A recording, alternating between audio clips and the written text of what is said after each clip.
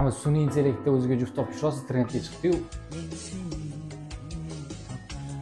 O'sha sun'iy intellektdagi juft o'zi asli hayotda ham bo'lishi mumkin ekan. Menga Asadbek sun'iy intellekt bo'yicha mutaxassisingiz yetib qoldi.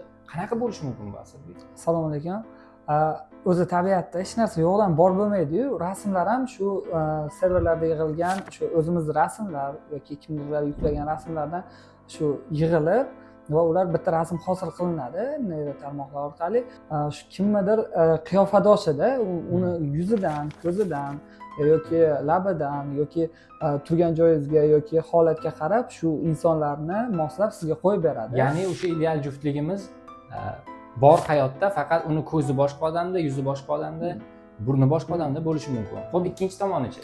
Ikkinchi tomoni, masalan, serverlar qotishi mumkin yoki o'sha serverlarda nosozliklar tufayli to'liq bir odamni qo'yib qo'ygan bo'lishi mumkin. Shunaqa holatlar ham ko'p bo'lyapti. O'sha rasmni internetga yuklab qidirib ko'rganda o'sha asl inson ham chiqib kelyapti. Sun'iy intellekt o'rtadagi ideal insonlarni tanlab generatsiya qilgani uchun ularni serverlarga yuklab qidirganimizda juda ko'plab uni qiyofadoshlari chiqib keladi. Bu tabiiy holat.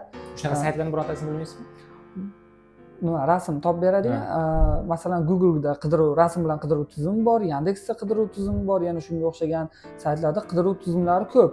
Shu orqali sun'iy intellektda yaratgan juftligingizni topib olishingiz mumkin.